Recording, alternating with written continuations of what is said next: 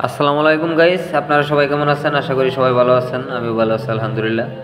তো গাইস, আজকে আমি একটি মিশুক গাড়ির মোটরের ভিডিও নিয়ে আসলাম।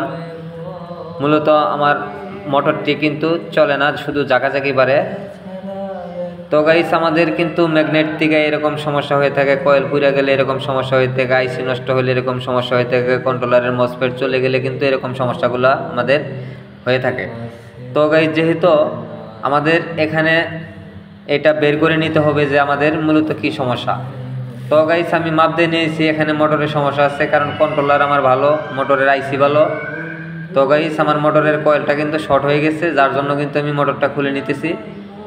এরপরেও কিন্তু আপনাদের যদি মোটরের কয়েলও ভালো থাকে, যদি এরকম সমস্যা থাকে, যদি কন্ট্রোলার আইসি ভালো থাকে, সেক্ষেত্রে কিন্তু আপনাদের মোটরের ম্যাগনেটগুলো 100% হিট দিয়ে দিতে হবে। তো গাইস, না টেনে পুরো ভিডিওটার সাথেই থাকবেন। আমি আপনাদেরকে পুরো মোটরটা খুলে প্র্যাকটিক্যালি দেখাই দেব মূলত আমাদের কি সমস্যা হয়েছে, কি কারণে আমাদের মোটরটি চলে না, কন্ট্রোলার আইসি ভালো থাকা সত্ত্বেও কেন চলে না। আমাদের এখানে এখন খোলার পরে আমি আপনাদেরকে দেখাই দেব, তা আপনারা অবশ্যই নিজের চোখেই দেখতে পারবেন। তো না টেনে পুরো ভিডিওটা দেখতে থাকুন। হৃদয় মাঝারে সোনা বন্ধু রে। তো অনেক সময় দেখা যায় আমরা কোনো মিস্ত্রি ভাই যারা কাজ জানেন তাদের উদ্দেশ্যে কিন্তু কথাগুলো বলতেছি না। যারা কাজ জানেন না তারা হয়তোবা বারবার এই টাইডা করতে থাকেন, হয়তো কন্ট্রোলার মাপ দেন, আইসি মাপ দেন, তারপরে যখন চলে না তখন হয়তোবা আপনারা কয়েলটা মাপ দেন। কিছু কিছু কয়েল আছে আপনাদের দেখা যায় যে পুরা গেলেও কিন্তু বডি শর্ট হয় না, তখন কিন্তু মোটরগুলো চলতেই থাকে।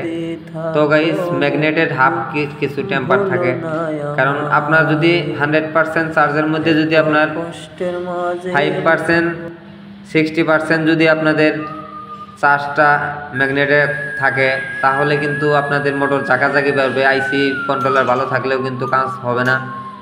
তো এই ধরনের সমস্যা কিন্তু আমাদের ব্যাটারি যদি চলে যায় তারপরেও কিন্তু হয়ে থাকে। তো গাইজ দেখেন, আমার ম্যাগনেটের লোডারটা সহ কিন্তু ম্যাগনেট চলে আসলো, এখানে কোনো কিন্তু শক্তি করার লাগলো না।